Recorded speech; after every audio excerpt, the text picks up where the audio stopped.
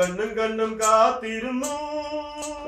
മണ്ണിലൊരു പൈതലിനായി കാതോടു കാതോരം കേട്ടിരുന്നു ദൈവപുത്രൻ പിറക്കുമെന്ന്.